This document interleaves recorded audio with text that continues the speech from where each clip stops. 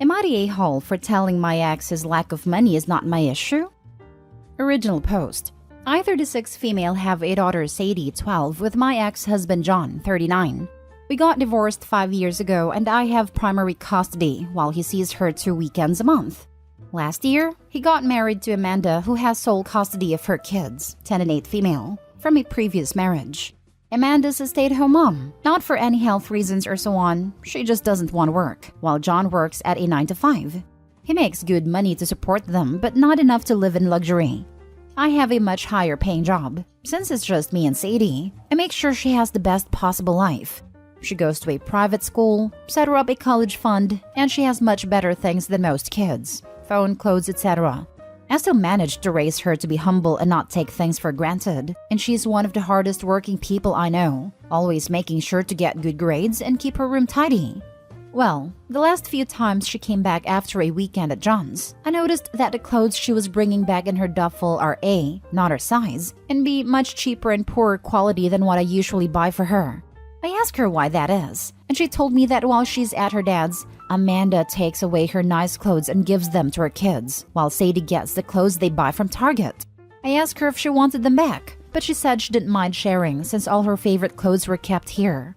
The problem came when I went to pick her up last weekend. I had a business meeting and couldn't drive her over, so Amanda offered to just pick Sadie up from school, which hadn't happened before. When I got there on Sunday, John and Amanda asked me to sit down with them, and when Sadie came to hug me, Amanda sent her to her room quite harshly, saying her punishment wasn't over yet.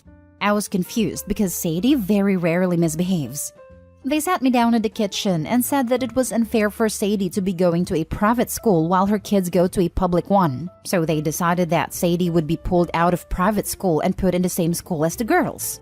They also said I should keep up Sadie's punishment, because when they told her, she blew up at them, told them it wasn't fair, and yelled at Amanda and her kids weren't even her real family, that all they did was steal. I told them in no uncertain terms to buzz off. I would not be pulling my child out of a school she likes, away from her friends, just because they can't afford it. I told them they could easily make as much money as me if Amanda started working in her field because she has the qualifications, and the job market is very good. I told them their money problems are not my issue, and if Sadie's items get stolen again or they try to pull her out of school, I'll be taking this to court. They've been blowing up my phone ever since, calling me a selfish a-hole, and after telling the story to a friend, he told me I was rubbing my success in their face, but I still don't feel like I did anything wrong. Still, am I the a-hole? Now for the top comments. Not the a-hole. And I would make the school aware that any decisions about your daughter need to go through you, so he doesn't just do it behind your back. First thing I did after dropping Sadie off at school, my kid's not losing a good opportunity because of them. Her father is weak, and all around pretty terrible for trying to take away these opportunities from your daughter. I say yours because he is hardly acting like she is his at the moment. I'd be having a good talk with your daughter about any other toxic ways she's being treated at their house. Get the courts involved regardless for stealing and trying to alienate your daughter. In the meantime, Opie and daughter could make a game out of this. Take daughter thrift shopping for dad's weekend clothes. Things that are okay but not stepmom jealous fancy. Clothes that daughter likes and fits, but stepmom is not likely to steal. Hi, I think as a loving mother, you know the answer deep down in your heart. Not the a-hole, and well done for protecting your daughter. Keep this mama bear mood switched on. Out of all adults involved, you're the only one fighting your kid's corner. Your daughter really needs your support in this situation. The only thing that I would have done differently is I'd have taken them to court already for stolen clothes. You let it go, and now it keeps escalating, because the real motive here is intense jealousy, combined with laziness and questionable morality. To steal clothes instead of working? Meh, that makes me want to vomit.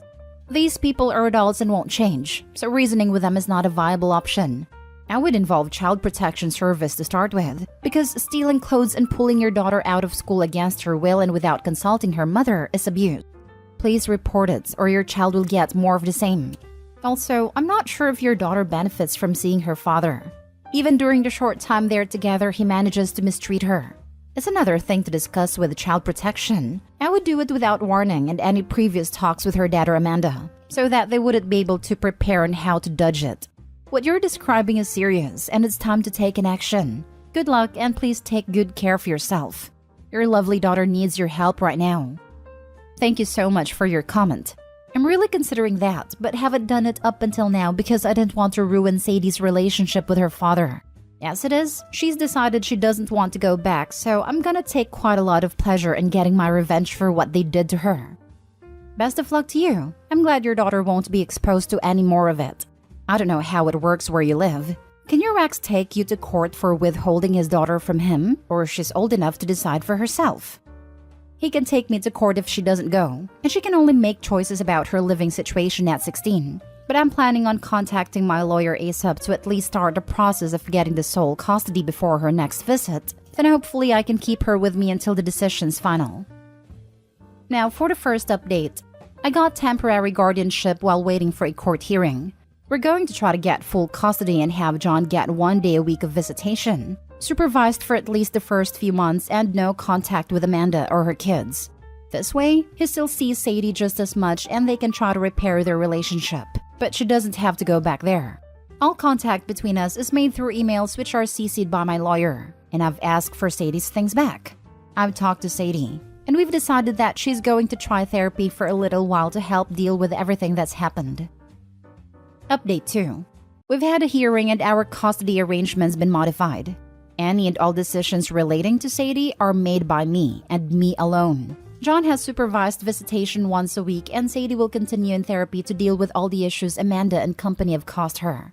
They tried to push for 50-50 custody split on grounds of alienation, as in me trying to put Sadie against her father. But we made it clear from the start that we wanted to keep Amanda and her children away and wanted supervision only because we don't feel safe leaving him alone as of yet, but that we were open to modifications. Thanks to that, the proof of stealing, and Sadie's therapist's testimony, their claim was thrown out pretty quickly. Amanda's angry and has tried to contact me and Sadie, but I made it clear to her that if she keeps harassing me or my daughter, I'll have to make this known to the authorities. Sadie and I have blocked her everywhere, and any communication between John and us is made through text messages or emails only. I'd like to thank you all for your support throughout all of this. It really means a lot to us. Sending you loads of love. Definitely not the a-hole. Info. Did you and your friend have words and did you tell him where to go? He tried talking to me. I told him I'd rather our relationship be professional from then on. So he called me a witch because I couldn't deal with people's opinions. Joke's on him because the firm's managing partner was walking by and heard a name calling. He got himself a trip to HR and will no longer be working with me. They sat me down in the kitchen and said that it was unfair for Sadie to be going to a private school while her kids go to a public one. Literally took "if my girls can't have it, nobody can" to another level. So they decided that Sadie would be pulled out of private school and put in the same school as the girls. The sheer audacity to be making decisions about the life of a kid they are barely involved with. I suddenly remembered a poster who, along with her husband, saved for a trip to Paris for herself, her daughter and hubby. Her ex said that they should bring her daughter's stepsister or else it wasn't fair for the daughter to go. Thankfully, that OP, though sympathetic to her ex's stepdaughter, realized this wasn't her problem. Money entitlement is funny. Oh, can I share my personal favorite?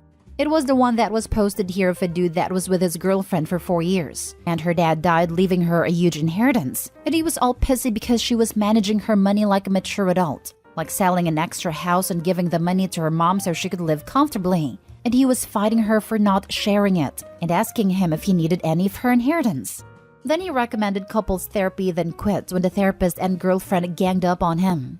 And when she finally broke up with him, he posted for advice on how to report her mom for tax fraud from the girlfriend helping out her mom. Dude was such a loser. I wouldn't even warn Amanda that I'd go to the authorities if she didn't stop harassing me. I'd go straight to the authorities and let them sort it out. These are not people you can compromise with. If they even perceive that OP has given them an inch, they're going to demand the entire country. Next story. Am I the a-hole for being honest with my son that I am not proud of him? My wife Nina became pregnant with our son Jason when we were both 20. We will admit it was an unplanned pregnancy, but we loved our son and kept him. We did our best to raise Jason to be kind, respectful, and treat others well, and we thought we succeeded. Jason worked hard to attend an elite university. Jason and his first wife Sarah had a daughter, Simone. Unfortunately, Sarah passed in a car accident before Simone's 3rd birthday. Jason raised Simone until Simone was 4. At that time, he met his second wife and moved 2 hours away, and Simone lived with us. Jason visits once every 2 months at best. He and his wife would stay for the day, buy Simone a present, then Jason would say it was time to leave. Nina and I suspect he only visits and buys Simone the presents because his wife makes him. His wife, Iris, is a lovely lady. She insists that Simone should move in with them or they should move closer to us because she wants to be Simone's stepmom and spend time with her. But Jason shuts the idea down because he says Simone moving in or them moving would hurt his career, and it is best Simone stay with Nina and me. Simone is 11 now, and she adores Jason.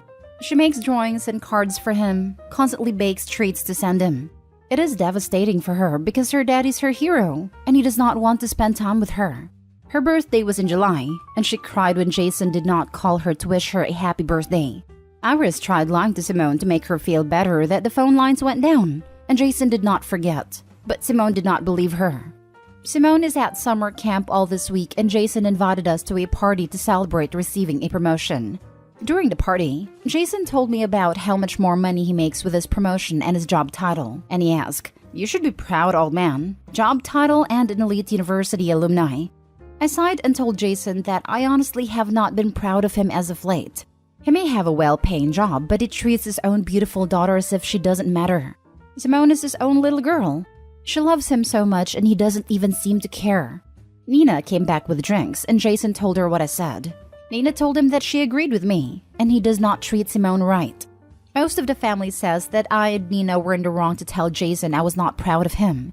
They said I should know how much that statement hurts at any age because I was never good enough in my own father's eyes. They said that Jason is probably focusing on stabilizing his career and Simone can move in with them after. They also said Jason's own promotional party was not the time or place to call him out, and I could have just congratulated Jason on working hard and saved the drama for another day. I feel what I said needed to be said, but most of the family's disagreeing with Nina and me. Am I the a-hole? As many people have asked, Jason does pay for child support, and he believes because he pays child support that his responsibilities have been met. Jason told us he was attending therapy in the beginning, but we learned later he was being untruthful about it.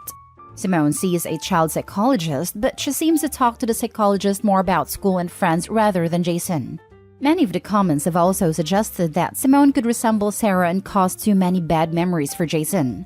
That could be possible, but Simone does not resemble Sarah at all. Simone looks like a young version of Nina with lighter skin and slightly thicker hair. The issue seems to be that Jason does not want to be a parent to Simone. Now for the top comments. You told a well-deserved truth. And if that makes him upset, then he can go sit in syrup. I'm proud of you. Not the a-hole.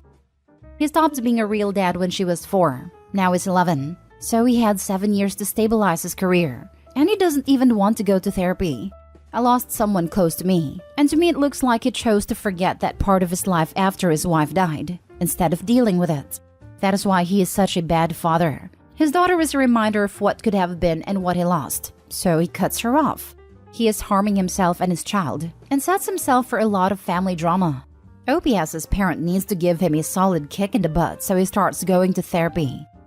Not the a-hole. When you are raising your grandchild, oh boy do you get to have all the opinions in the world regarding your kid. Yep. As for all those saying how much those words hurt coming from a parent, just wait until your kid wants no more to do with you, because you left her behind when she needed you most. Not the a-hole. He has abandoned his child, physically and spiritually, for the last 7 years. He's not just the a-hole in this situation, he's an a-hole to the core. Now for the last story. Am I the a-hole for still having my daughter's first birthday party? Okay, here's the background.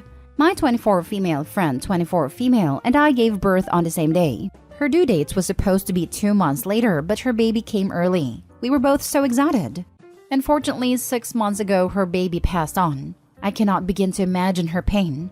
I have tried to be there for her as best as I could, but she just wants to be left alone most of the time, which I understand. Now on to the issue. My daughter's birthday is coming up in September, and we plan to invite close friends and family to her birthday party. I texted her before the invites were sent out, saying, I wanted to let you know my daughter's birthday party is on this date, and I just wanted to let you know you're invited. No pressure on you to come at all. She texted me back saying, oh no, thanks. I'll be at my daughter's grave that day. You know, the one that will never have a first birthday? Buzz off. She told our other friends how angry she is at me for even inviting her, and that is awful that I'm still celebrating this day. And they kind of see her side, saying I could have been more sensitive. My husband doesn't think I did anything wrong and is just grief talking. Am I the a-hole for inviting her? Honestly, I feel you were screwed either way. If you didn't invite her, your friends and her probably would have thought you were being presumptuous by making the decision for her. You messaging her personally, so she wouldn't get blindsided by an invitation, was likely the right call unless she, or someone else, has talked to you about keeping a distance. If your friends mentioned it, ask what you could have done to be more sensitive. If they have better ideas, use them. Not the a-hole. I agree with your husband that this is grief talking. I can't imagine how angry I'd be at the world in her shoes, let alone the extra torture of watching a friend go through the milestones I'd never get to see. Yes, I feel horrible for the friend. I can't bring myself to call her an a-hole because if we're all being totally honest, I'm not sure many of us would have been civil with Opie, given the circumstances. I agree that Opie was probably in a damned if you do, damned if you don't scenario. But I'm sure Opie's invite for the friend to come to her kid's birthday party while said friend is mourning her own daughter must have stung.